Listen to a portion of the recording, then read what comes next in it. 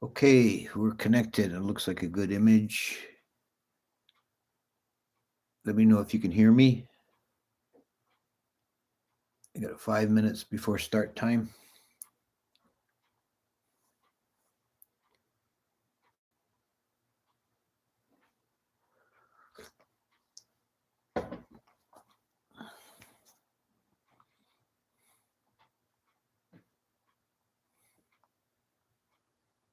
Good. Okay, so we got some feedback. The sound is okay. So we'll start at 6 as usual.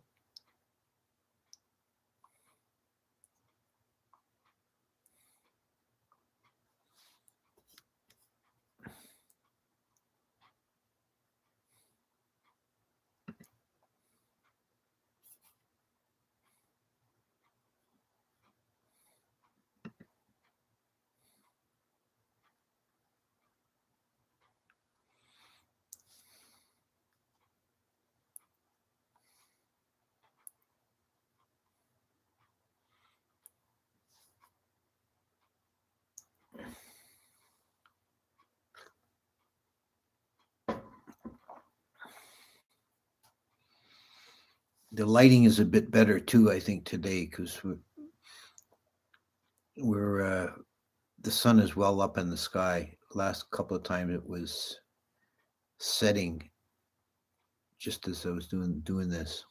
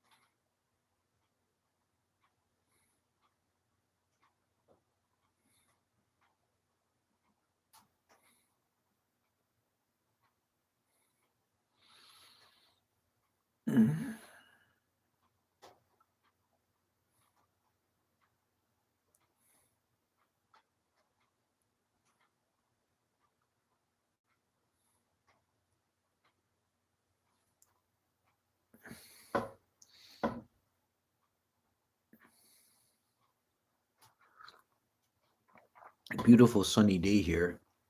Still a bit cool.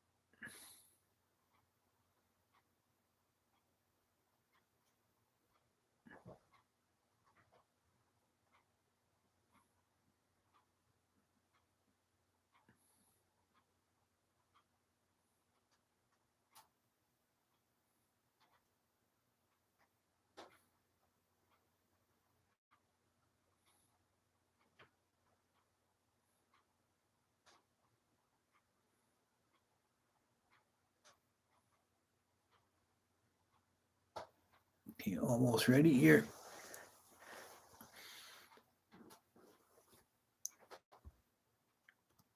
It's 6 o'clock. Okay.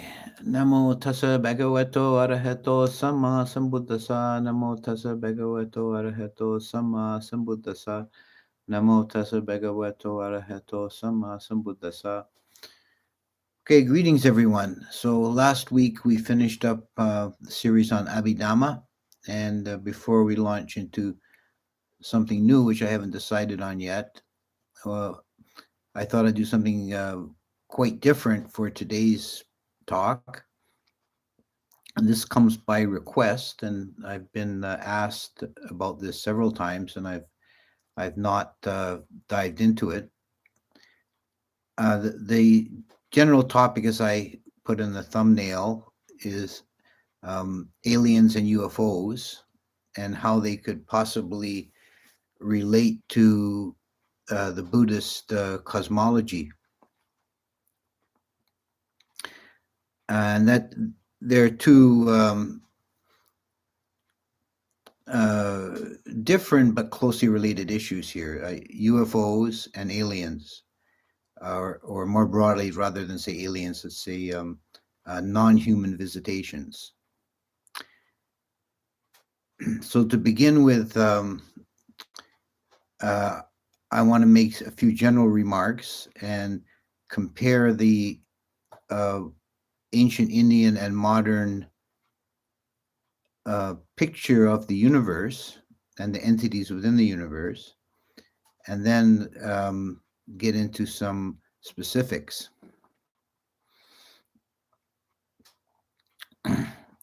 So, um, to begin with, as I outline in my book, I have a chapter at the end called Three Cosmologies, three different ways of conceiving the universe. One is the ancient Indian, and particularly the Buddhist iteration of that, the medieval European model, and the modern scientific model. And what's I found very striking when I looked at these three is that the ancient Indian and the modern scientific ones are much closer to each other than either is to the medieval European model, which we have to remember is not that long ago, really. It was only in the 1600s when um, European civilization decisively moved away from the Aristotelian model or the Ptolemaic model.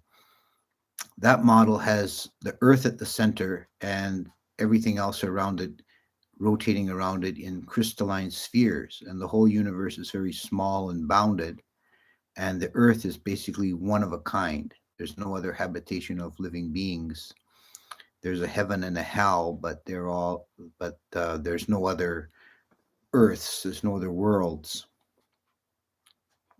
It's also very bounded in time. Um, the traditional medieval model had that the world would only exist for 6,000 years. Uh, in the ancient Indian and the modern scientific model, there's first of all a huge expansion of space, that the universe is conceived in ancient India was conceived as infinite, and in the modern model, it's either very huge or infinite. That isn't decided, and time is expressed in very huge, long quantities, and is basically cyclical in ancient India. And again, it's possibly cyclical in some modern models, but it's certainly very long extent of time. And also, there are multiple world systems, inhabited world systems.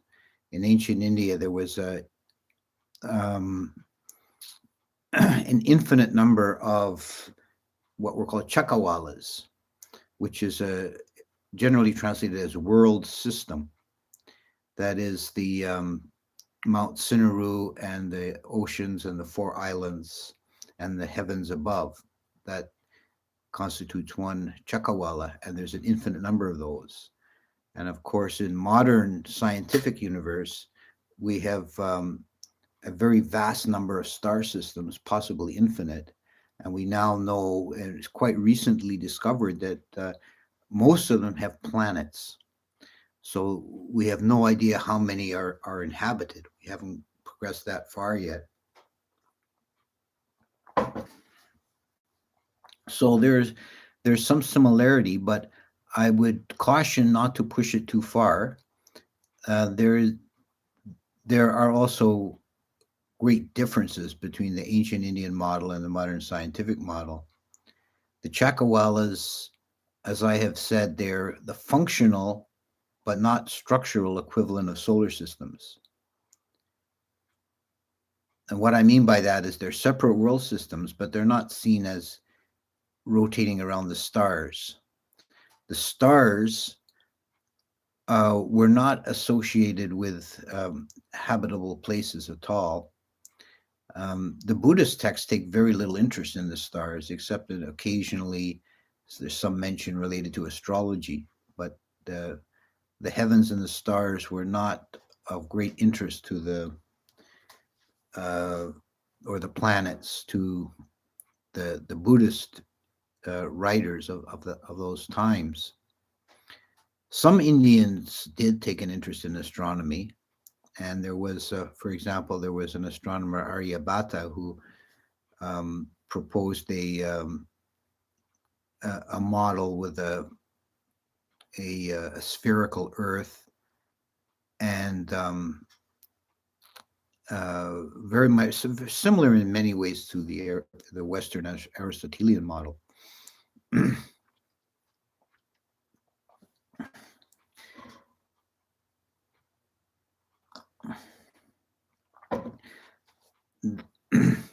So we have in Buddhism, there is certainly no problem with imagining or accommodating that there may be other forms of life and other intelligences in the universe that we have not yet encountered or discovered. That doesn't pose any problem to Buddhist vision of the universe. In fact, it would be expected. It would be kind of somewhat of a difficulty if it turned out this was the only inhabited planet. We kind of expect that consciousness is going to be widespread.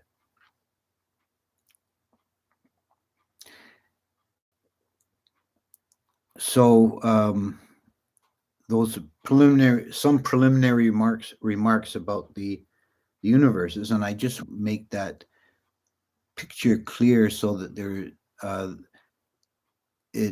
we don't push analogies too far.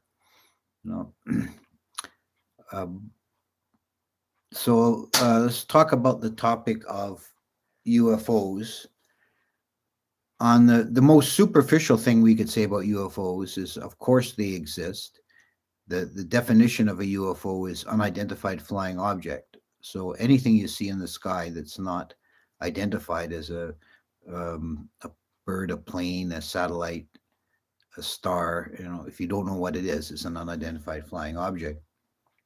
So that's trivial. That's a trivial remark. But certainly there have been many sightings by different people, including some trained observers like Air Force pilots who have seen strange things in the sky that they can't account for. And there are different theories as to what these might be.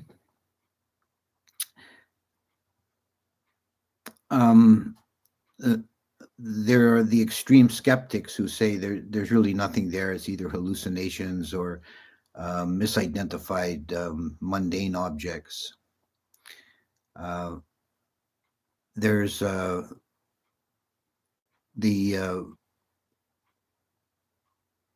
view that the objects seen are, at least some of them, are physical, technological, engineered phenomena that are produced on other planets. They're craft that are traveling from other worlds to here. And then there is another idea that there's some kind of a visitation or from another spiritual plane of existence, and that we interact with them in a way we interpret the phenomena according to what we know in our culture, which is technologically based. In ancient times, they might have seen it and interpreted it differently. So there are these different views of what they might be. I would add, just as a food for thought, that it would, if there are uh, advanced civilizations in space, it's not unusual that they would be visiting us at this time. When you consider that our planet, something like 80 or 90 years ago, suddenly became a radio source when it never was before. If there's anybody out there listening, they would, oh, what's going on that third planet on that little star? We better check it out. No, so of course, there's a lot of ifs in that, but uh,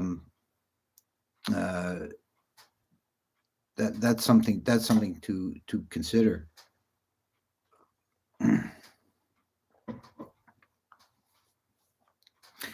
Um, Now, in the ancient Buddhist texts, we don't really have any accounts of beings of any sort, with one exception I'll get to, but we don't generally have any accounts of beings traveling from one world system to another. We have them traveling between different planes, but all the heavens are considered stacked up vertically above the Chakrawala, and they're associated with this. The sensual heavens are associated with this one world system, and each world system will have their own heavens. The Brahma heavens are above that, and they have many world systems underneath them, thousands of world systems. So there's some accounts of vertical movement up and down the plains, but we don't really get beings traveling from one system to another, except in a few instances when the Buddha gave um, a significant teaching.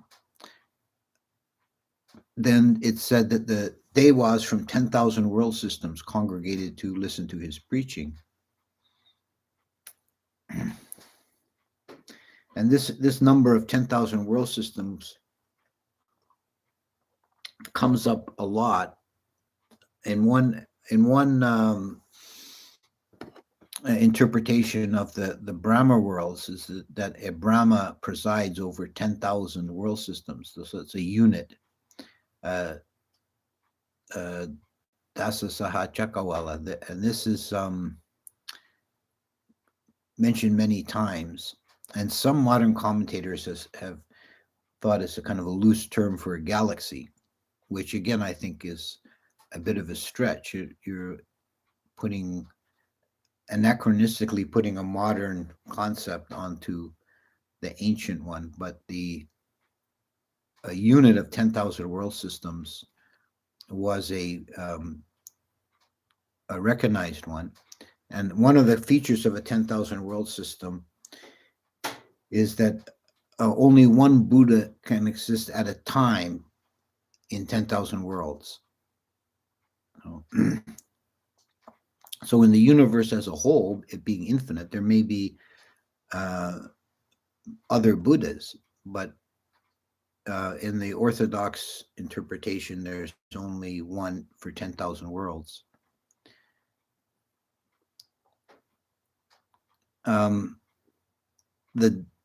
The travel of the Dewas from both within their own world system and up and down the plains, and when they come to visit the Buddha, is by various means. One of them is the Wamanas. Now, this is a very interesting idea, and it's very much older than Buddhism.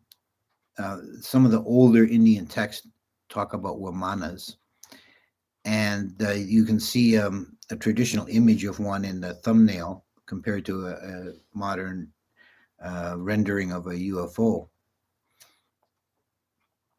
The Wamanas were the dwellings of the gods, and it's often translated as mansion, but they are mobile.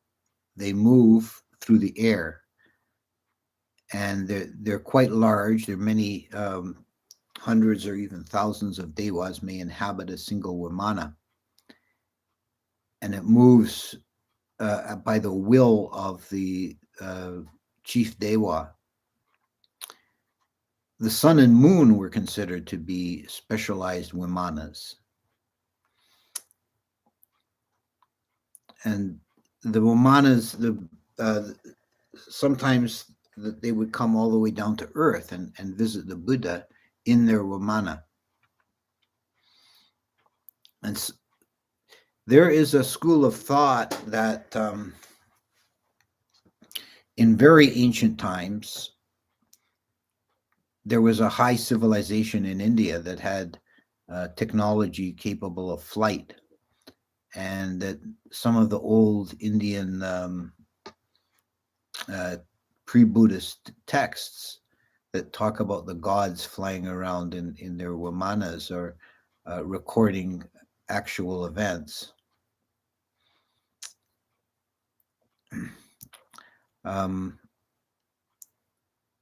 But in any case, this was a very prevalent idea in India that the gods moved from place to place in their Vimanas. Another vehicle that they used was called a rata, which is translated as chariot. And Matali, the charioteer of Saka, is the most well known for this. That he would take Saka with him, or he was the driver. He was a chauffeur for Saka, taking him to where he wanted to go. And there are 3 instances in Jataka stories of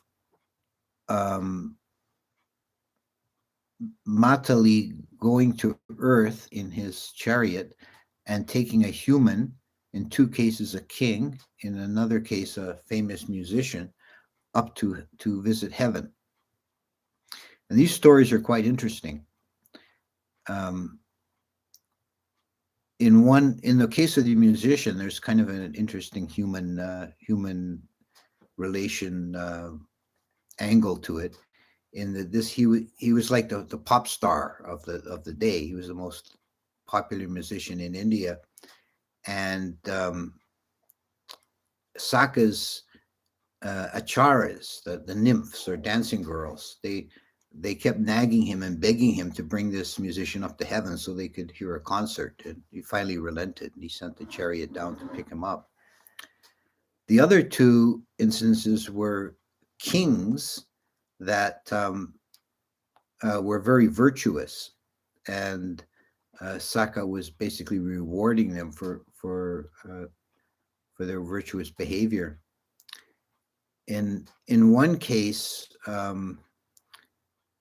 the king stayed in heaven for 700 years, and when he came back to earth, his descendant was on the throne, and it caused a bit of a confusion. So it was one possibility there. If we want to put a technological interpretation on that story, is that we're seeing the result of Einstein's time dilation. When you travel close to the speed of light, then time for you slows way down.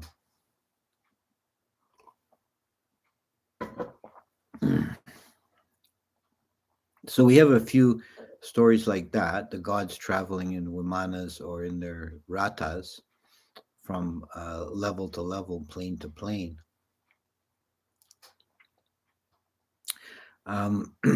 Now, moving on to consider what I've called non-human encounters or visitations.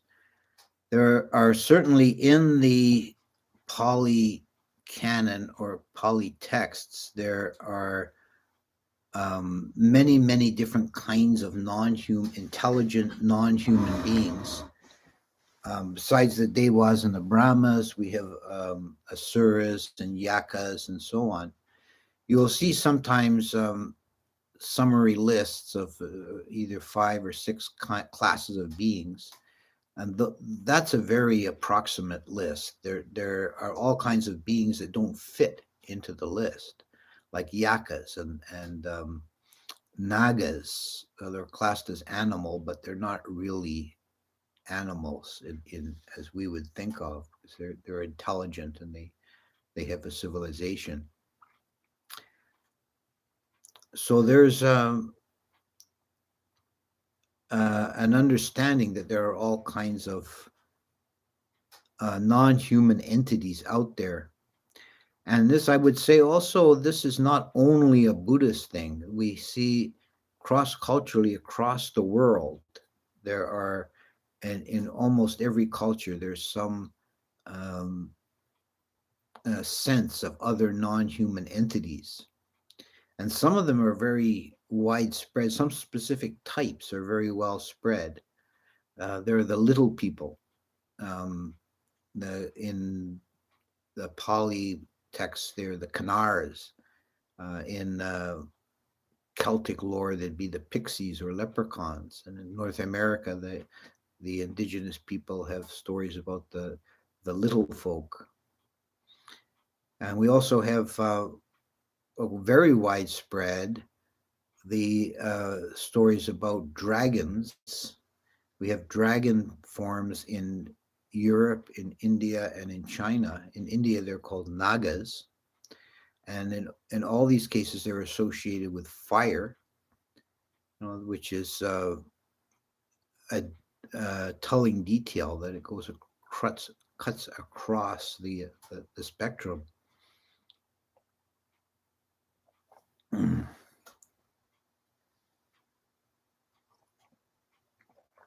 The Indian Nagas um, are also very skillful shapeshifters, and sometimes they can take on human form. Now, we take in the uh, accounts and stories about UFO encounters with what are considered aliens in modern times. Uh, it's not something that would be unexpected from a Buddhist point of view, that there are other entities out there that sometimes, on rare occasions, interact with the human level. That's something that we would expect to happen. And I would go a little bit further and say that we shouldn't press analogies too far.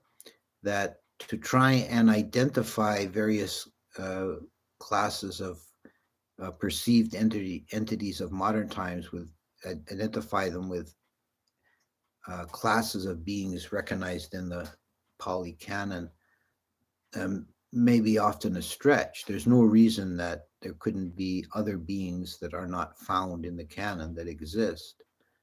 In fact, as I said, it would be expected that there's all in the infinite universe, there's all kinds of things. One analogy that is possibly hard to get away from, that seems very sound, is the comparison of Bigfoot or Yetis with yakas. It sounds like very much that that might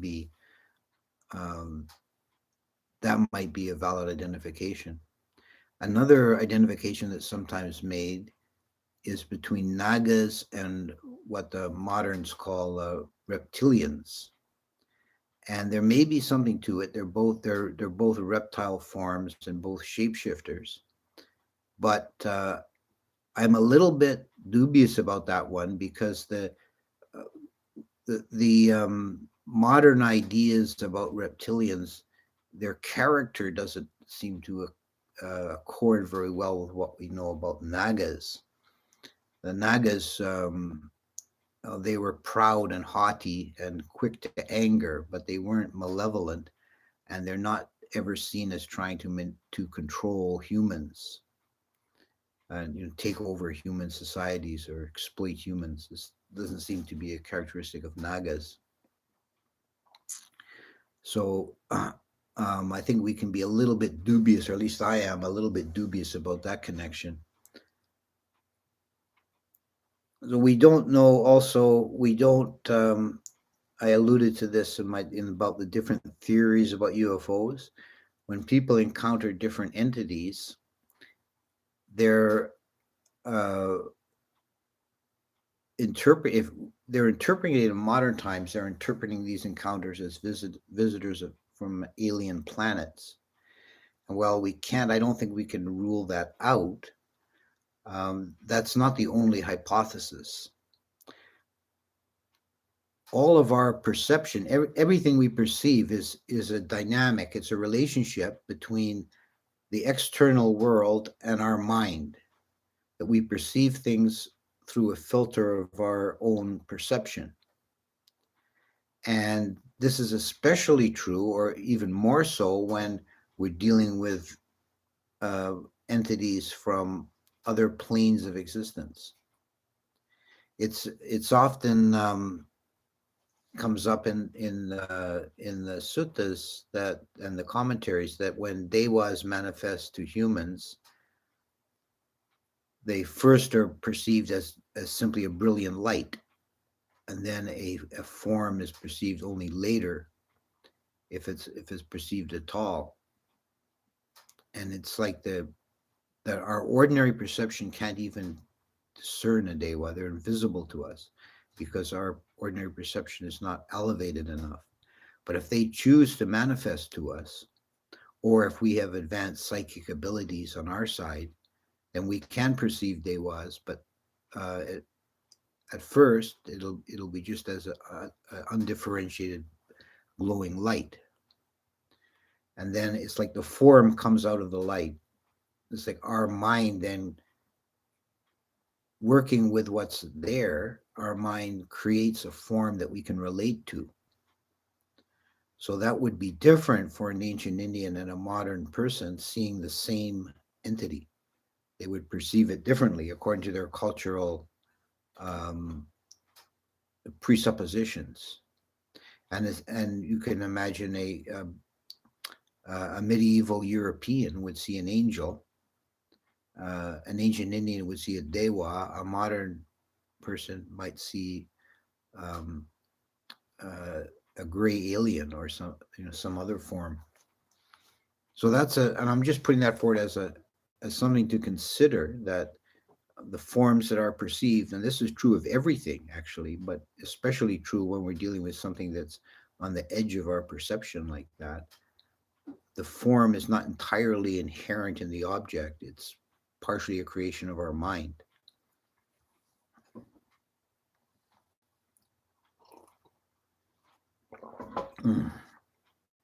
So I've made those remarks, and I want to refer to uh, one text that is very interesting in this regard. Uh, some of you may have some familiarity with the stories about the wheel turning monarch, the Chakawata.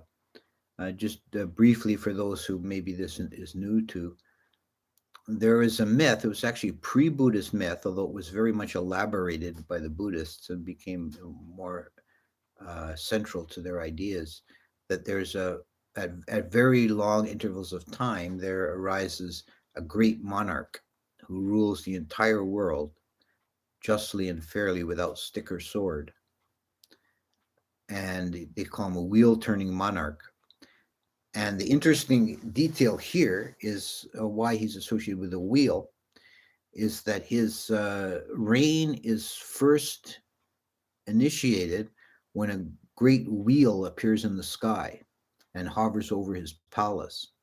And then people recognize he is a wheel turning monarch.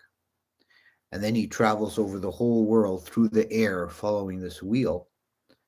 And all the other kings bow down before the glory of the wheel and take vassalage to the wheel turning king.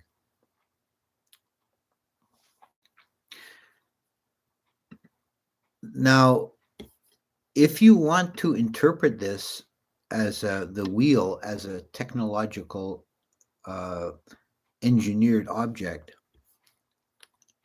uh, there is a very interesting description of the wheel. It's fairly detailed. It's found in the commentary to the Mahasudassana Sutta, and I'm going to read it out here. This is my own translation from the Pali, and I'll preface it by saying this: it's a difficult text with some uncertain passages, and I won't go and I put in some footnotes regarding that, but I won't read those out here. But here's the description of the wheel. It manifests like a mass of sapphire cleaving the surface of the eastern sea, displaying a divine splendor. It is thousand-spoked, complete with nave and rim, perfect in every way. The nave is made of sapphire. In the middle are tubes made of finest silver, which gleam like a row of pure teeth in a smiling mouth. The central opening is like the full moon. Both inside and outside are lined with plates of silver. These plates surround the tubes, and in the place where they join can be seen clear, well-made inscriptions. The nave is perfect in every way. There are 1,000 spokes made of the 7 precious things. They are radiant like the rays of the sun. At the end are jeweled capitals where can be seen clear, well-made inscriptions. The spokes are perfect in every way. The rim sparkles with rays like the rising sun. Like a smiling mouth, it is made of dark red, smooth, pure coral. But the joints are like the splendor of the evening sun, or like jambu gold. Around the rim at the places of junction can be seen clear, well-made inscriptions. The rim is perfect in every way. On the back of the rim, in between every 10 spokes, there is a coral pole with a hole cut into it like a flute. When the wind moves through it, it makes a sound very like skillful music played by a 5-piece orchestra. The sound is lovely, delightful, pleasing, and intoxicating. The coral stick has above it a white parasol. On both sides flow down wreaths of flowers. 2 rows thus of flowers held by 100 parasols adorn the rim. On 2 of the pipes in the nave there are faces of lions, from which there comes a red woolen ball like the rising sun, the size of a palm tree trunk, glorious and resplendent, with rays like the full moon. From these there hang down 2 strings of pearls, like a smiling face, like the sky river. When the wheel turns in the sky, it seems like 3 wheels are turning there. Thus it is perfect in every way. So that's a remarkably detailed inscription. Um, it seems uh, it, uh, it seems like someone is really trying to describe something in detail, something very alien and strange to him, and going into great detail. But because it's so much outside of experience that uh, many of the details become obscure, difficult to interpret.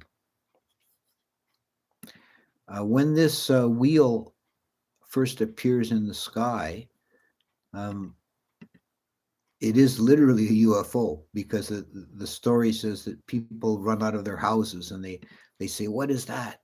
Is it a second moon? Is it a second sun? No, is it a bird? Is it a plane?" No, it's and then it takes as it approaches, they see its shape and they realize it's a wheel. They say, "Oh, our king must be the wheel turner," and they rejoice.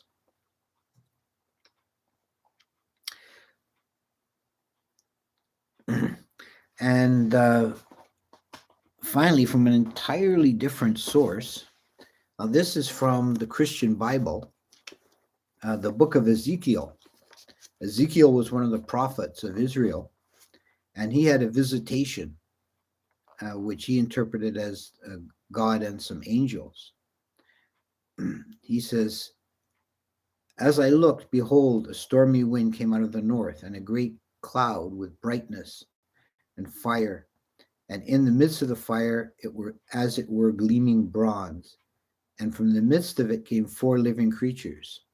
And this was their appearance. They had the form of men, but each had four faces, and each had four wings. Their legs were straight, and the soles of their feet were like the soles of a calf's foot, and they sparkle like burnished bronze." And I won't go into all the details, but he he describes how when these beings move, they don't turn from side to side. They just kind of glide along. And then we get into the part I particularly want to mention. "Now, as I looked at the living creatures, I saw a wheel upon the earth beside the living creatures, one for each of the four. As for the appearance of the wheel and their construction, their appearance was like the gleaming of a chrysolite, and the four had the same likeness, their construction being as it were a wheel within a wheel. And when they went in any of the four directions without turning as they went. The four wheels had rims and they had spokes, and their rims were full of eyes round about." So it's another description of a wheel with spokes and made out of gleaming metal and jewels. So one way to interpret these texts is uh,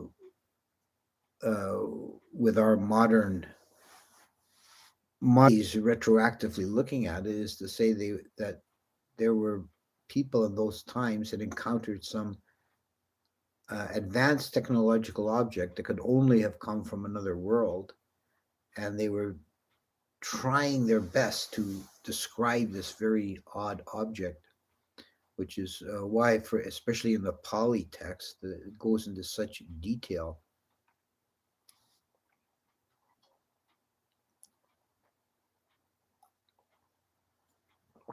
And of course, there are um, other cultures, other civilizations that have some images or records of encounters with strange beings and encounters with objects that come down from the sky. So we can't rule any of this out.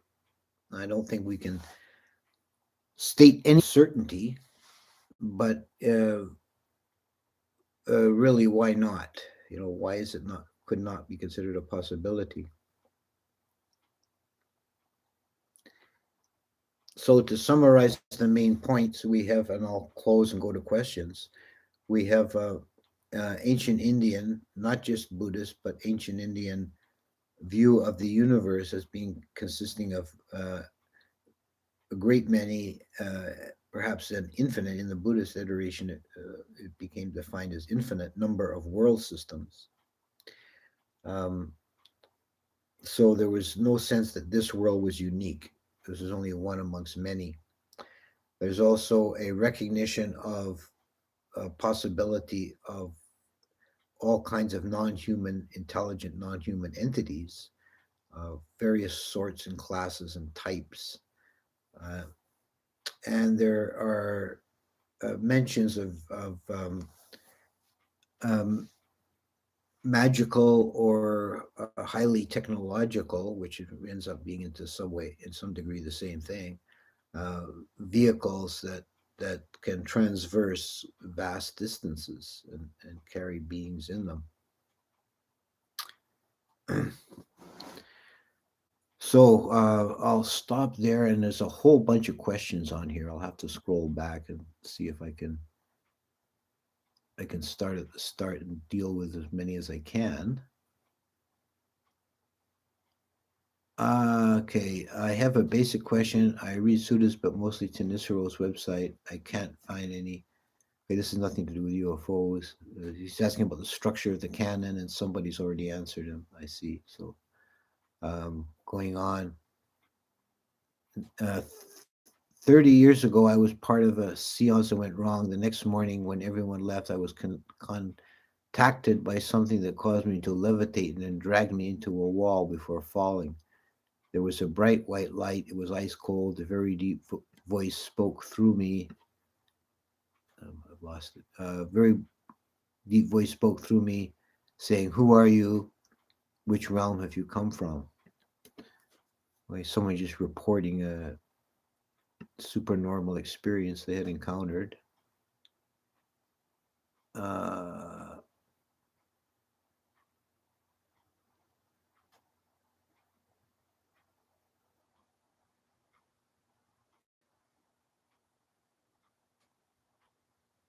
okay.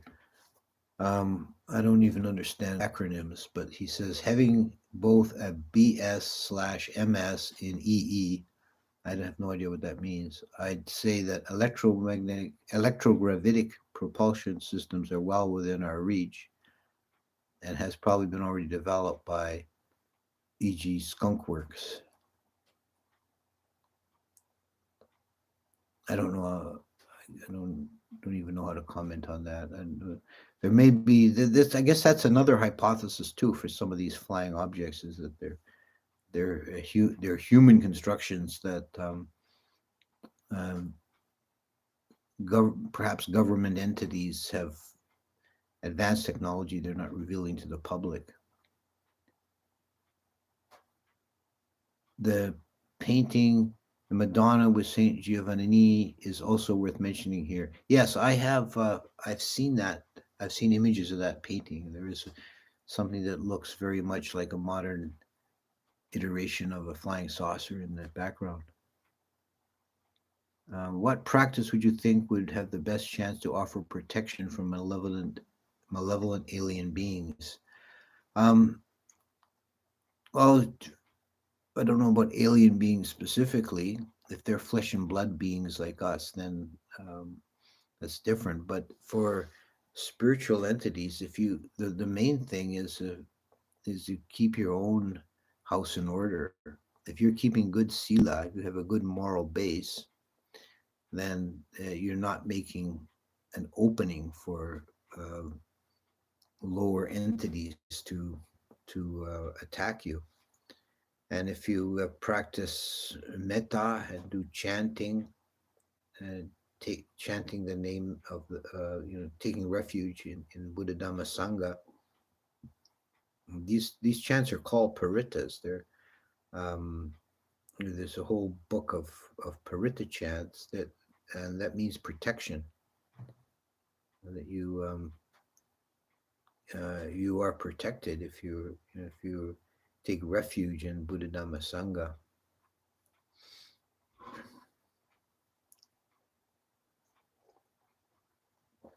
There's a sutta where the Buddha gives this advice when monks in lonely places were attacked by yakas that they chant the paritas, they will be protected.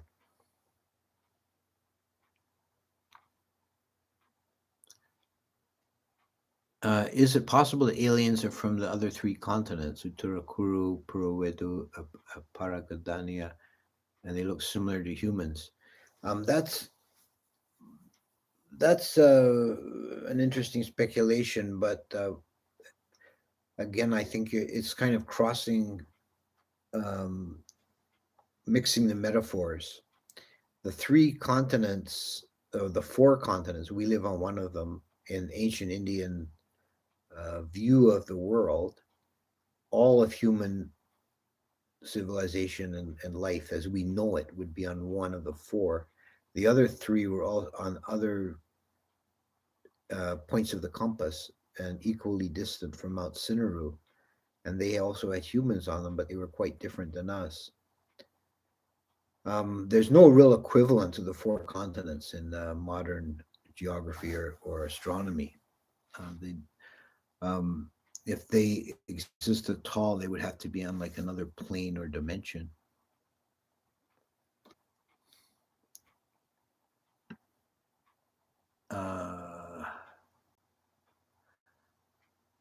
when the Buddha talks about previous Buddhas, he's talking about Buddhas that exist on the same earth or others. Can this planet be formed and destroyed multiple times? Um, well, first of all, about previous Buddhas, um, there were three Buddhas on this earth prior to Buddha Gautama, and there's going to be one more coming in the future. We're going to get five Buddhas on this planet altogether. But previous world systems, there were other Buddhas that are also listed and mentioned, and this Earth is finite in time. It began at a certain time and it will end at a certain time, but the its place is taken then by a new world system. So there's a continuous cycling in and out of world systems. So yes, the planet will be formed and destroyed multiple times. Why do you think other religions may feel threatened by the existence of extraterrestrials? Well, I think this applies to some, not all, but I would say some versions of Christianity would find the existence of uh, extraterrestrials kind of troubling for their theology because um, God created this planet and human beings, and his son came down to earth and manifested as a human being. And it's like the divine drama plays out on this earth. And if there are other planets with intelligent beings, then how do they fit into um, original sin and the fall of Adam and the salvation by Jesus and so on? It doesn't really fit into their, this is only, as I say, some Christians that would take a more literal or orthodox view of their um, their stories. They would find it unsettling to think of other worlds that are inhabited. Is it true there can only be one Buddha in a trillion universes? Does this mean there are only 1 trillion universes? Well, there is actually it wasn't agreed in the ancient texts. The I think the most common interpretation was there could only be one Buddha in 10,000 universes. But there was another opinion that there could only ever be one Buddha in the entire universe. The um, the underlying idea that uh, they're getting across is that Buddhas are very, very rare, exceedingly rare, and it's a great, marvelous gift that we have, that we live in a time that's called a Buddha period when the there's no living Buddha at the moment, but his teachings are still here. His influence is still here.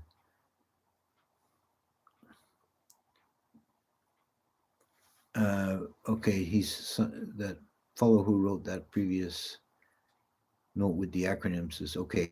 BM is bachelor's or master's, and EE is electrical engineering. So someone with a master's of electrical engineering can make an electrogravitic device. I wouldn't say that's impossible. I don't know enough about it to, but it's certainly not exoteric. It's not something that's on the market. You're not going to be able to go down to your dealer and pick up an electrogravitic vehicle. If it exists at all on this planet, it's highly classified military stuff. And why in many Theravada countries isn't the Pali Canon read by lay people? Like Christians read the Bible. A lot of lay people do read the Pali Canon. It's not hidden or secret in any way. Um, in any country, most people are just too lazy to read anything, but it's certainly there available for them. Okay, question, Ajahn, orbs are commonly reported in ufology. Do you think they are devas? As you say, the perceiver affects what they see. Before the Buddha's enlightenment, he saw dewas only as orbs or light shapes. Yes, that could very well be when people report seeing glowing orbs. That would be exactly what usual encounters with dewas in the ancient texts is described as. And the dewas may be still manifesting occasionally in that way. I don't see why not. You said the scriptures regard the moon as a wamana. That is astonishing, as experts can't explain how the moon got there, and many believe it is alien, artificial, placed there. Then NASA says hollow. Yeah, I've read up a little bit about this. About there's some really odd things about the moon, and there are people who believe the moon is an artificially created body. It's certainly very unusual. Uh, it doesn't. It has many features that are unusual from uh, just the only. We don't have a lot of comparisons. We only really know in detail this one solar system. But the moon is very large relative to the Earth compared to most of the planet's satellites, and it's also tide locked in that only one face ever points to the Earth, and it does exhibit some odd behavior that some people try to explain by saying it's hollow. I'm not sure. I'm not sure if I can buy that one. I would think if it was hollow, it would have a lot less gravity, would have a lot less mass. The Attanayata Protection Sutta writes, um, cars fit for the gods they have as well, which indicates a vehicle UFO in the Dewas flies around in it. Yeah, that's the ratas and wamanas. The gods had flying vehicles of more than one kind. If Pacheco Buddhas are better than chief disciples, why can't they explain the Dhamma like Venerable Moggallana and Sariputta? Well, that's an interesting question. Um, well, the Pacheco Buddhas arise at a time when there's no Buddha teaching extant in the world. Um, they discover they light upon um, enlightenment, but they don't. Uh, they're not able to articulate it enough to pass it on. The Buddha, when our Buddha, Gautama Buddha, when he was first enlightened, he was reluctant to teach. And if he would have just stayed under the tree, then he would have been a Pacheco Buddha.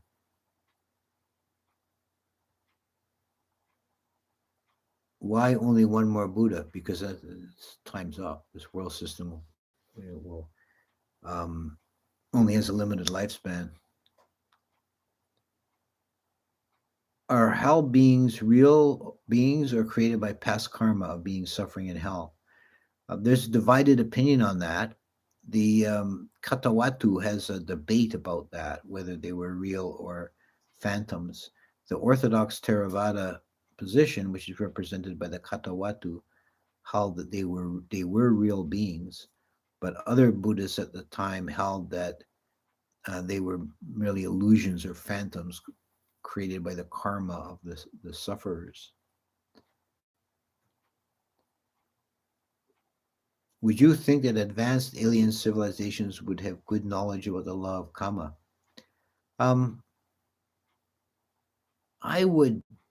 I can only guess or speculate on that, but I would think yes. I would think if they were advanced enough, um, they would have advanced beyond um, the materialist worldview, which I think is a passing historical phase. You can see some signs of it passing away already.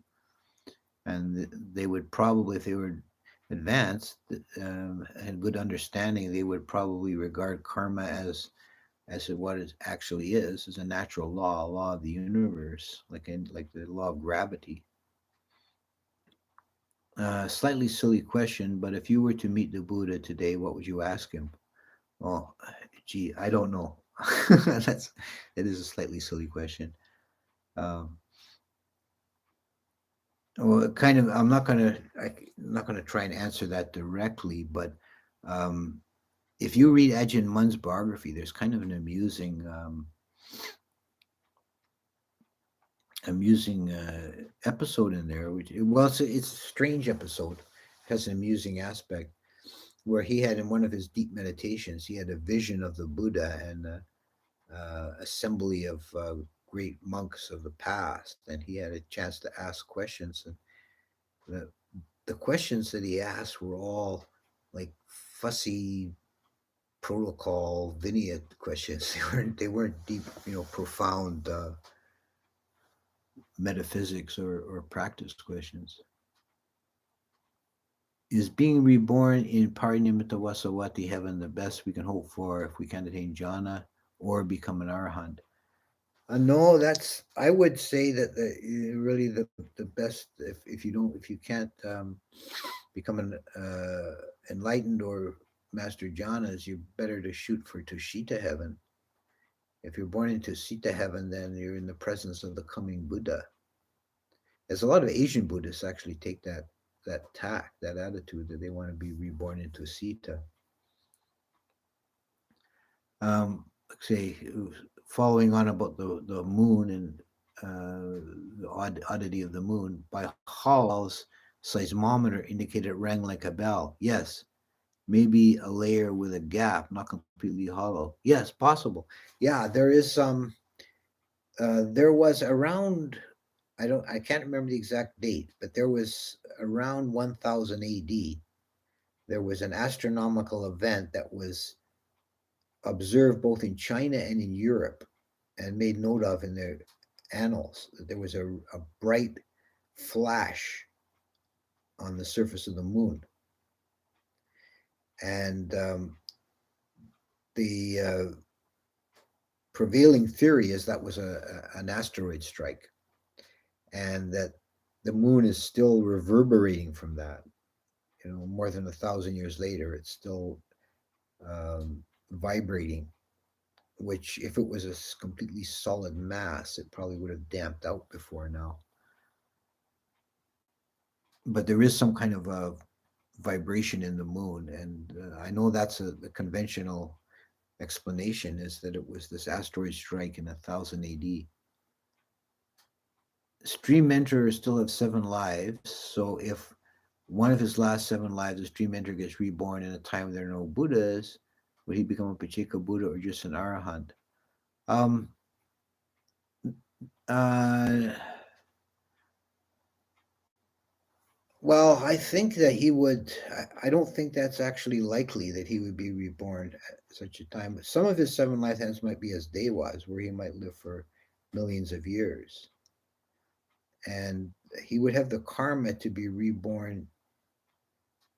If he's reborn in the human realm, it would be in a time and place when is a Buddha teaching.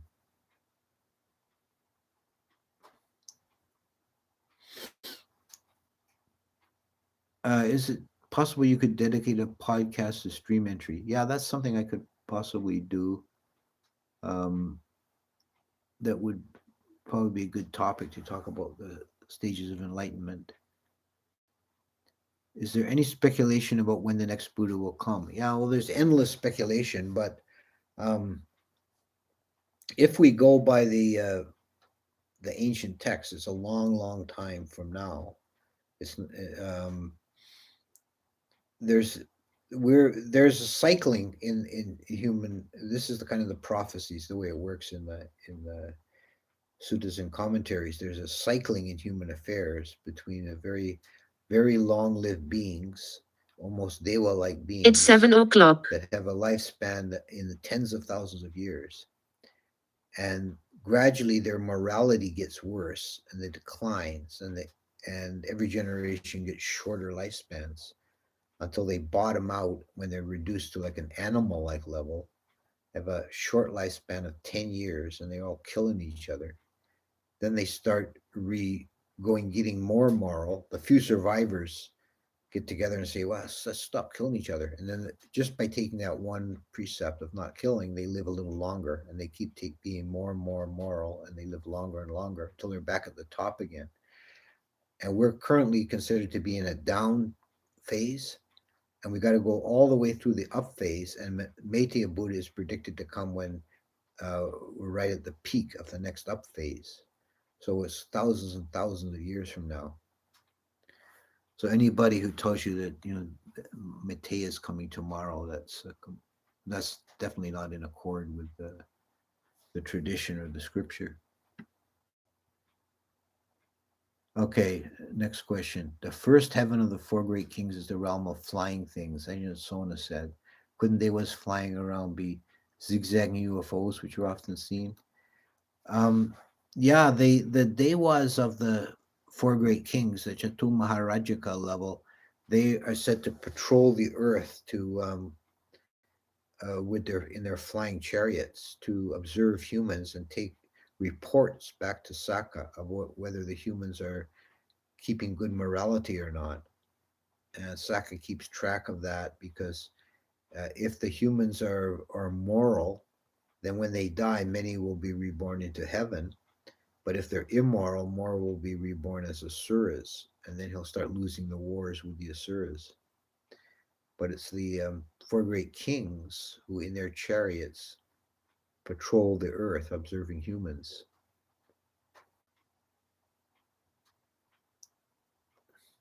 Would the Buddha consider talk about UFO speculation and aliens foolish?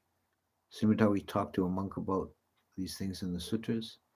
Um, yeah, it probably is pointless speculation because it's all hypothetical.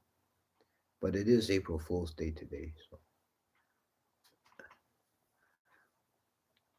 Yes, a future talk about the stages of enlightenment and possibly the maps of Mahasisayada. Oh yeah, that'd be another good suggestion. The progress of insight, the stages of enlightenment that way. Um, are monks allowed to show their psychic powers to people from Turakuru, Puravidu, and Aparagodania? No, monks are not supposed to display psychic powers. Period. Oh, with Apollo 12, the reverberation was due to the lunar module hitting the surface of the moon. Oh, okay. I misunderstood your. I didn't know that. So just a module hitting the moon caused a reverberation. That's interesting. I know they've detected this long-term vibration in the moon that they they think is due to an asteroid strike. The higher realms are described to be more subtle than human realm. Can you please explain what subtle means in this case? What it means is that uh, well, you could say that they're vibrating on a higher frequency. And as long as you don't take that too literally, it's sort of a metaphor, but they exist on another plane. So their bodies are described as subtle, and our bodies as coarse. Uh, there's one story about a Brahma who was a newly born as a Brahma. He was one of the Buddha's disciples. He died. He became a Brahma, and he wanted to go back to Earth and pay respects to the Buddha and express his gratitude. And when he manifested in front of the Buddha, and the Buddha, because he has the Buddha vision, he could see him. No one else could see him. This Brahma manifested in front of the Buddha. He immediately began sinking into the earth, and he was confused by this. Like, why am I sinking? This is like the earth is like liquid. And the Buddha explained to him, it's because your body is so subtle that you can't really exist on this plane unless you de- deliberately take on a coarser form. And that's what the Brahmas do. When the even when the Brahmas go to the Dewa level, they have to take on a Dewa form, a coarser form, so they can be perceived by the Dewas, or else they're only seen as a bright light. And there's stories about this too, about Brahmas coming to the Dewa level. And same when the Dewas, who you could say are kind of like in the middle between us and the Brahmas, when the Dewas come down to the earth, they have to take on a coarser form if they want to be seen and perceived. Um, it's a matter of kind of a density of vibration.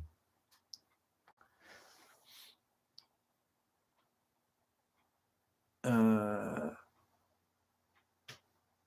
I've heard in passing the Buddha was a disciple of previous Buddha when he mastered the first jhana and attained stream entry. When he died, he's reborn in the seat of heaven.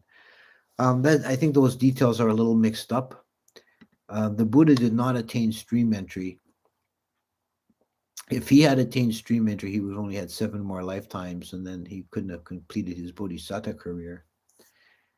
There's actually no mention of the Buddha ever passing through the phase of stream entry, and I think there's different ways of interpreting that. I think very likely that for a Buddha, the progress is quite different, and they don't go through those intermediate stages. If he did, he wouldn't have had time to complete the bodhisattva path. He needs hundreds and hundreds of lifetimes to do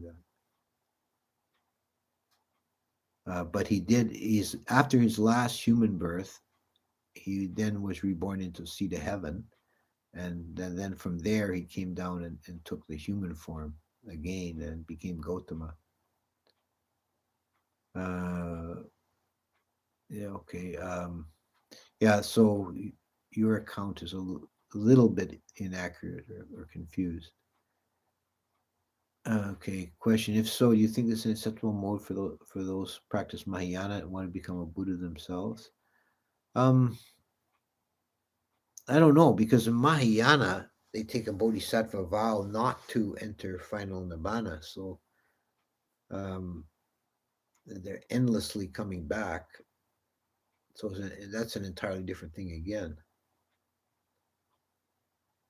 Is stream entry best thought of as a dry realization of the path, or is an absolutely unmistakable realization? Um, I'm not sure what you mean by a dry realization.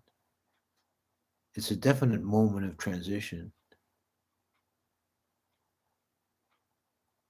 It's like a definite clear cut before and after. There are 5 heinous crimes that lead to hell, the last one causing a schism only for monks. Is it the same as lay followers causing a schism amongst themselves? No, it's only for monks, the schism. So it's saying that it's easier for a monk to go to hell than a layperson, because the 5 heinous crimes are killing your mother, killing your father, killing an arahant, wounding a Buddha, or causing a schism in the Sangha. And a schism is in the Sangha is defined in the Vinaya. Precisely what it means is that when monks are so much in disagreement that they can no longer sit patimokkha with each other, then there's a schism. Why are yakas uglier than humans if they're from a higher realm? They're not from a higher realm. They're definitely not considered higher than humans.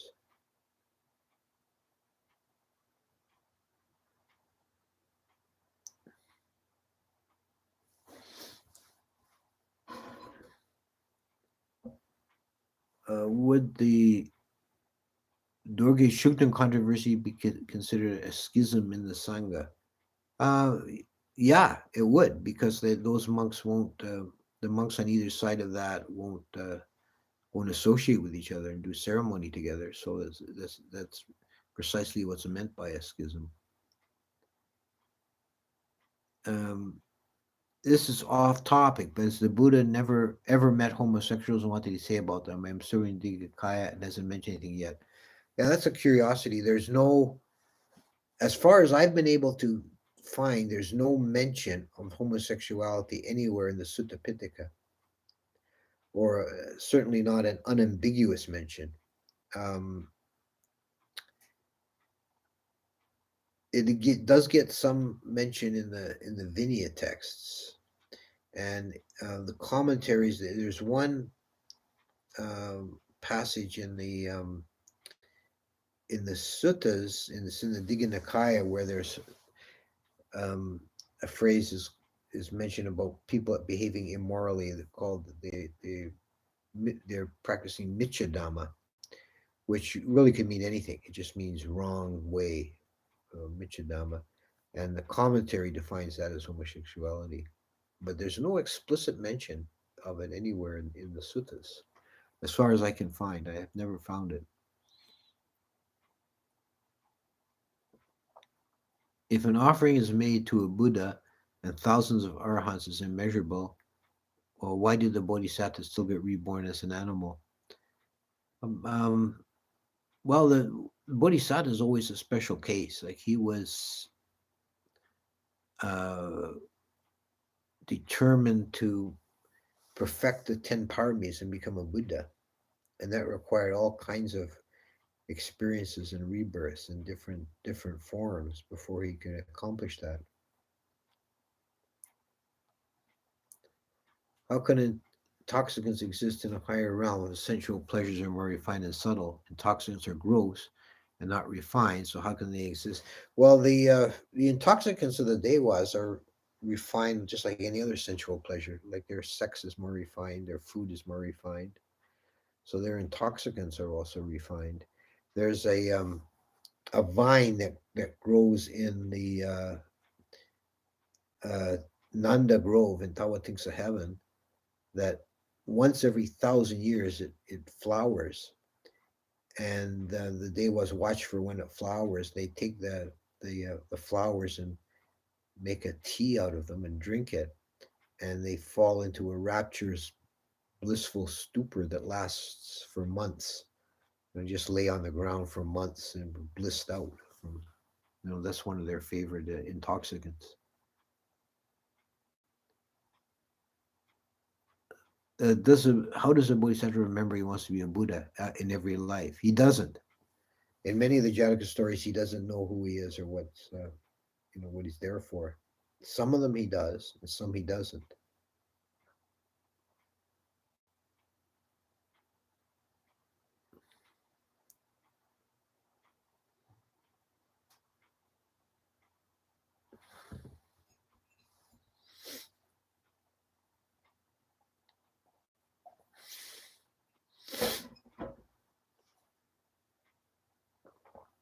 Where can I read the commentaries?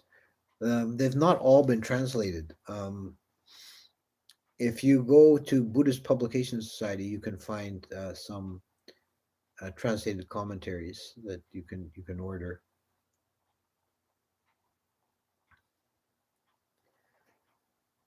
Devas mean anything. Deva means anything above us, angels or aliens and UFOs, right?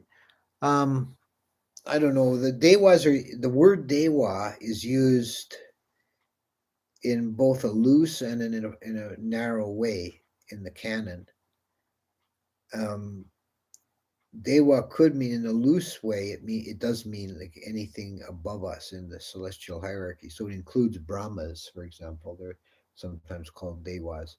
But there's also a narrower, more precise meaning of Dewa, which is just the inhabitants of the six sensual heavens. Is Yama from hell the king of the Yama Dewa realm? No, no. The words are actually spelled differently. I forget which is which, but one of them has a long A and the other is a short A. There may be, now I did find when I was researching this, I did find that there may be an ancient pre-Buddhist connection there. But in the Buddhist, the mature, developed Buddhist model, they're completely separate, unrelated whatsoever. But there is an older pre-Buddhist account of Yama being the first one of the Vedic origin stories. They have a few different contradictory ones, but one of the Vedic origin stories has Yama as the first human, like their Adam. And when he died, he was the first human ever to die. So he was made king of the dead, and he ruled in the third heaven, which would be Yama heaven. So they're probably was an ancient pre-Buddhist connection, but in the Buddhist texts, they're completely separate. They're not ever confused. How can we, as lay disciples, prevent our local monks from doing wrong and misbehaving? Is it bad to confront them about this? Um, no, you can. Uh, in an extreme case, you can withhold offerings from them and let them know why. That's the ultimate power of the layperson. You can just refuse to support those monks anymore if you think that they're not living up to the Vinaya. If the Bodhisattva doesn't remember his goal to become Buddha, how does he remember to be skillful, continue on the path he set on, and not fall into ignorance? Um, that's because of his inherent character that he's developed over so many lifetimes that he will generally behave well. He doesn't always. If you read the Jatakas, sometimes the Bodhisattva breaks the precepts. Sometimes he acts wrongly,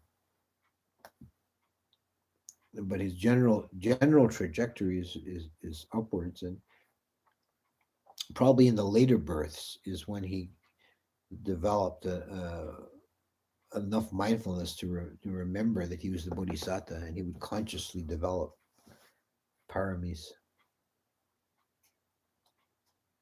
Uh, did the Buddha say if you unite the Sangha, you'll go to heaven for an aeon? Does it mean you'll be reborn in a Brahma world, or just reborn as a Deva many times for an aeon?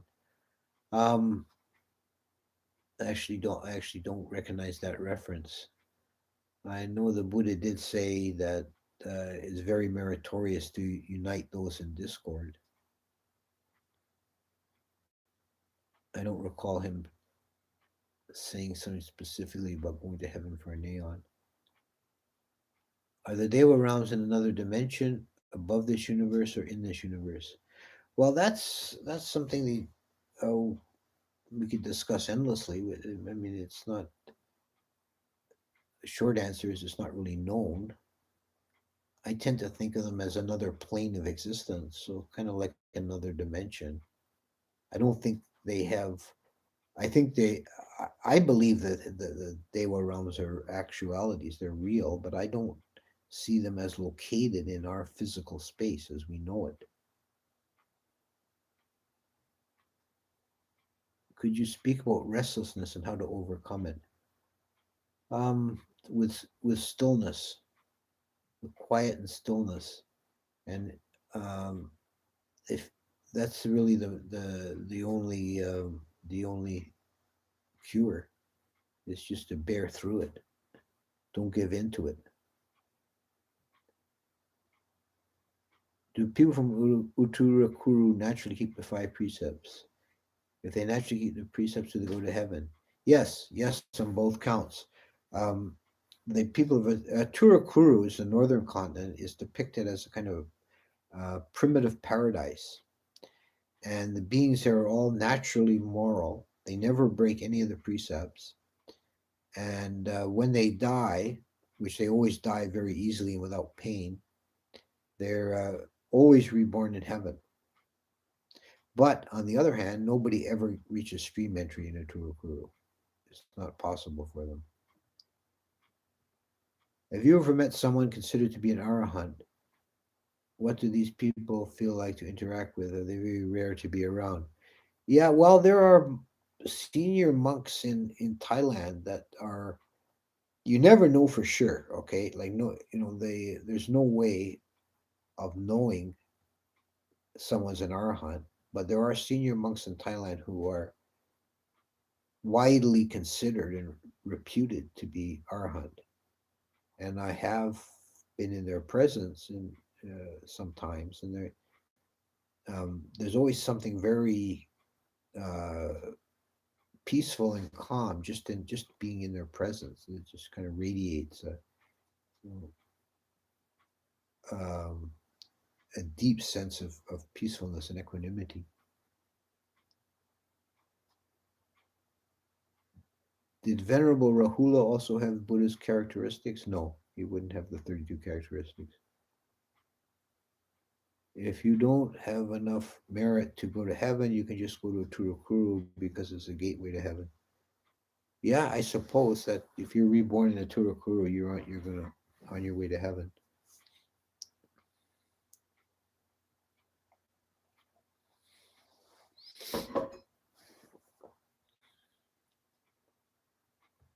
There's a lot of curious stories about a Turukuru.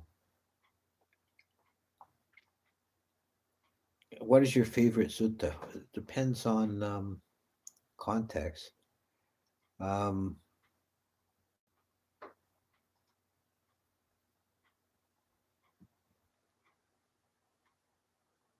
depends what I'm looking for, but I've got a few kind of favorites.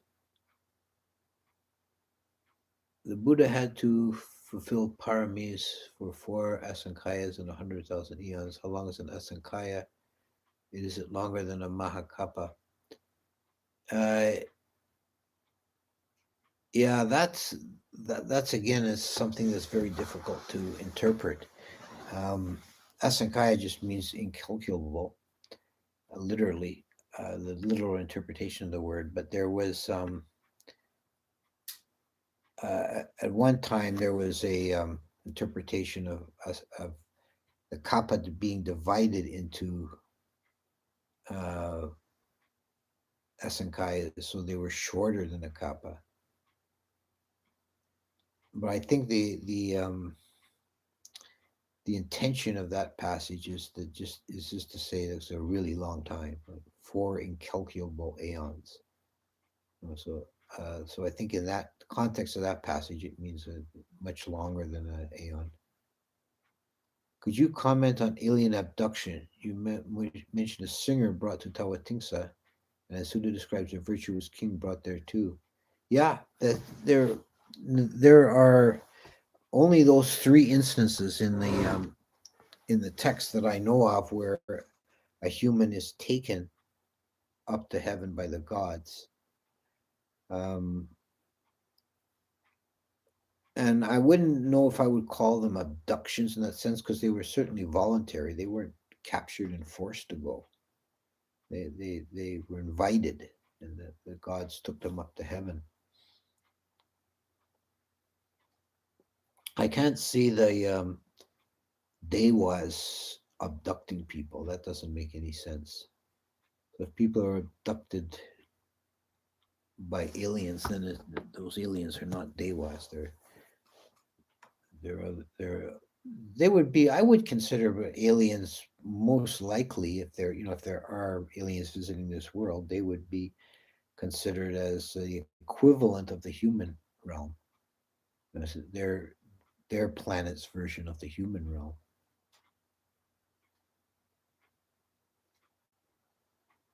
Is keeping the 227 precepts more meritorious than any merit you could get as a leaf follower?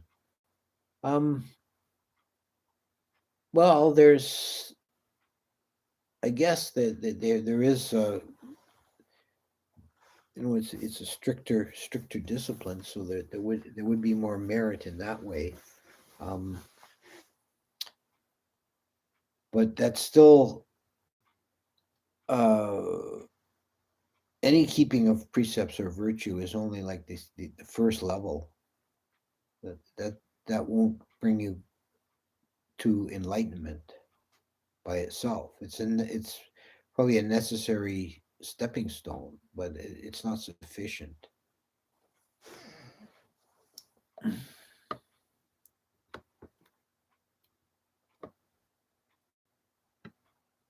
Okay. For an Australian Sri Lankan who spent most of their life in a Western country, where would you recommend I become ordained and start my path? Um, it depends where you are in the world and um, what tradition what lineage you. Um, there are different options. If you're Sri Lankan heritage, I'm guessing you're almost certainly you're Theravada, but uh, there's within Theravada the Sri Lankan, the Thai, and the Burmese traditions are all have quite a different flavor. The doctrine, the ideas will be the same, but their practice will be quite different. I would follow your heart wherever you find inspiration, and uh, you see the monks of that tradition as good role models. Then try and get in with that tradition. Things are a bit more difficult now. Travel's kind of shutting down around the world, getting harder and harder to travel. But if you do some research and find out some place that you relate to, how does one overcome memories of being bullied? When I was younger, a lot of people mistreated me. Sometimes I have terrible fantasies of revenge. Yeah, no, drop that. No, whatever happened in the past is over and done with. It's not wise to dwell on it or to stew on it. You're just letting them hurt you more. Just let it go. It's not real now. It's just in your mind. It was real at one moment. Now it's not. It's just a mind form. Could you tell stories about Turukuru? Yeah. I'll tell. I'll give you one example. They don't have in a Turukuru. They don't have any sense of private property. It's like a primitive communism. And they give the example that if someone goes swimming, what they do is they take their clothes off and dive into the river, and they swim about, and then they climb out somewhere else on another part of the river, and they just pick up the first pile of clothes they see laying around and put those on and walk on their way.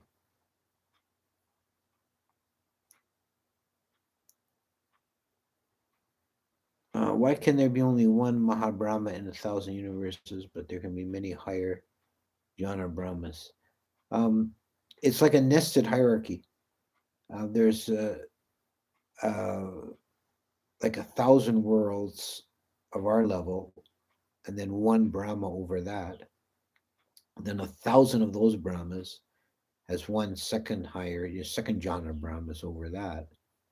So it's like a nested hierarchy. Is it true that yakas from Matura Kuru abduct people from the earth? Yeah, that's another whole weirdness about a Turukuru is that the accounts of describing it as a paradise is on one side, but there's another text that talks about the yakas they're living in. This is actually maybe related to what we're talking about aliens and abductions, because the yakas live in flying cities or floating cities, and they name several of these cities, and they use human beings from this earth as like beasts of burden to drag their carts and things around, and they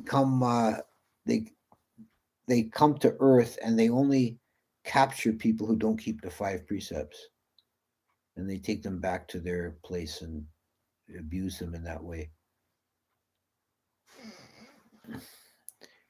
um, did the Buddha give any details on how to diminish sexual desire?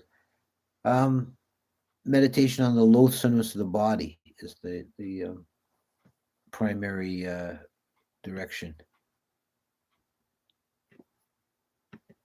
I'm getting a bit I'm getting a bit bleary eyed reading these. I'm going to call it fairly soon. Let's see.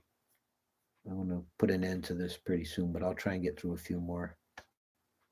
Uh, how to overcome the fear of ordaining? What if you can't become an arhat in this life? Yeah, maybe you don't become an arhat in this life. Probably not. It's probably pretty hard. But don't worry about it. Just do the best you can. It's still worth it, or to ordain. We just make merit as a lay follower. Well, it's better to be a good layman than it is to be a bad monk. And not everybody has to ordain. Just make up your mind what you want to do and do it. I want to visit a Turukuru. Yeah, that would be fun. Is it normal if you want to go to Turukuru more, you want to go to heaven? Uh, I think you're right that alien abduction is likely done from the alien equivalent of the human realm, not the other realm. Greys are the most common aliens, but they seem to have arrived only about a century ago. Could you comment on greys? Um, yeah, I don't know. Honestly, I don't really know enough about it. I haven't investigated this phenomena in detail. I would my impression would be that they're biological organisms like us and of a human level kind of existence.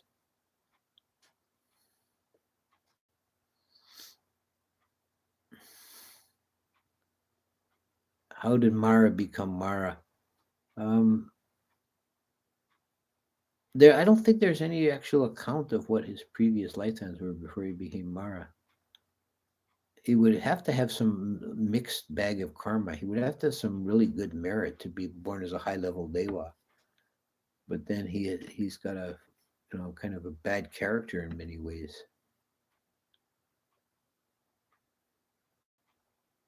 Could you do a video on casino meditation?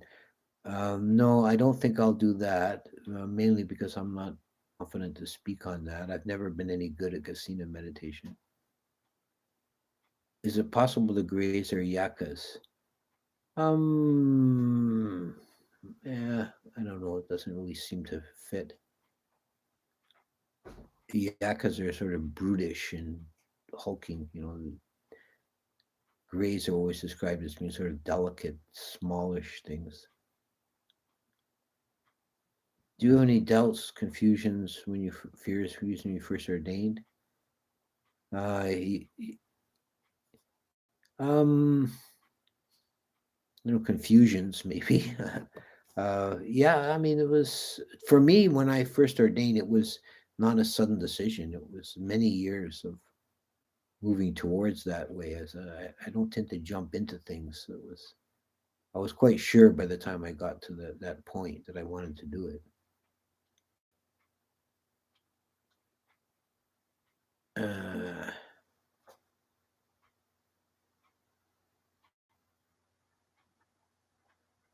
okay, I think I'm going to take my leave. Um, it's getting. This has been one of the longer ones that I've done. Looks good. People were getting very engaged, but I'm going to call it now. And uh,